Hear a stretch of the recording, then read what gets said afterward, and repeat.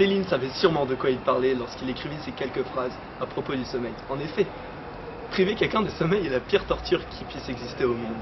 Durant la seconde moitié du XXe siècle, d'importantes recherches furent menées dans le domaine du sommeil. Et en 1950, Michel Jouvet découvre un sommeil qu'il nomma sommeil paradoxal. Dès lors, les spécialistes ne distinguent non plus deux mais trois étapes possibles pour un être humain, hormis la mort bien sûr. La veille, le sommeil lent et le sommeil paradoxal. Le sommeil agit sur l'ensemble de notre corps, tant psychologiquement que physiquement. C'est pourquoi dans ce TPE, on se concentre sur l'organe responsable de tout cela. Il s'agit du cerveau. Afin de donner une vision d'ensemble de la complexité du sommeil, prenons l'exemple type de la nuit de Monsieur Rambo. Vini la question. Il est 10 h du soir. Le film n'est pas encore fini, mais les yeux de Rambo commencent déjà à côté. Il bâille, fixe son regard dans le vide. De plus, des petites périodes d'absence l'empêchent de comprendre la fin de l'histoire. Ce que ressent Monsieur Rambo sont les signes avant-coureurs de la fatigue.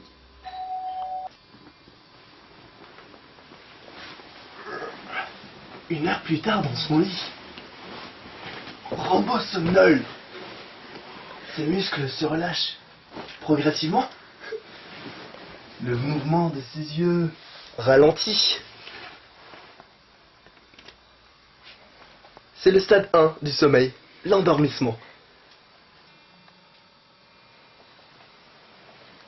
Le sommeil maintenant déclenché, monsieur rentre dans le stade 2 du sommeil.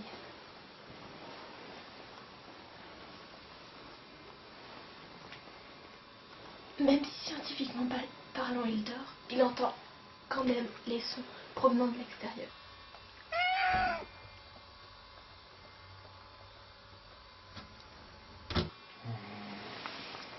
Notamment son vieux chat qui, ayant attendu l'instant propice pour quémander des croquettes, a miaulé férocement.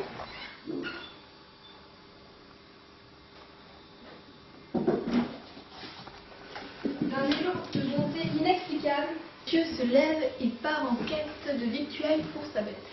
Heureusement, à cet instant du sommeil, le réveil reste toutefois rapide et aisé. Quoique... Ensuite débutent les stades 3 et 4 qui occupent le quart de la nuit du bon dormeur. Les muscles de Rambo sont à leur relâchement maximum. Il est très dur de réveiller quelqu'un durant cette phase de sommeil profond. Mais si l'on y parvient tout de même, cette personne aura besoin d'un petit temps de réadaptation pour se rappeler ce qu'elle fait là.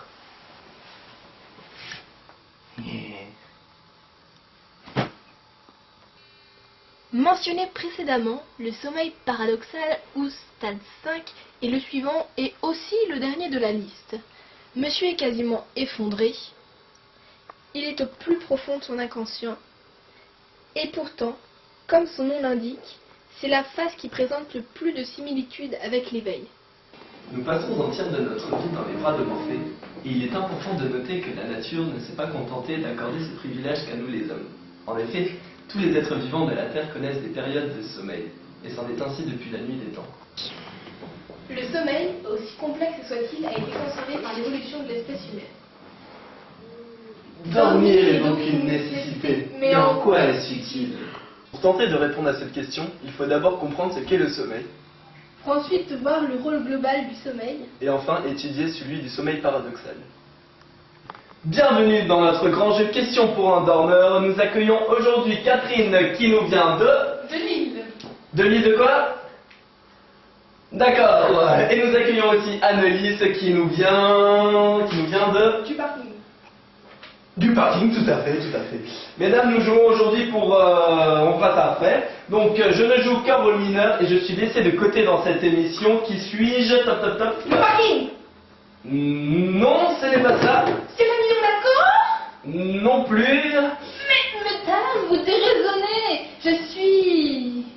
le sommeil lent profond. Vous l'aurez bien compris, le sommeil est une science à part, aussi complexe que celle de l'éveil. Ce qui la distingue du reste est sa complexité à l'étudier. En effet, les cobayes sont généralement peu loquaces durant les expériences.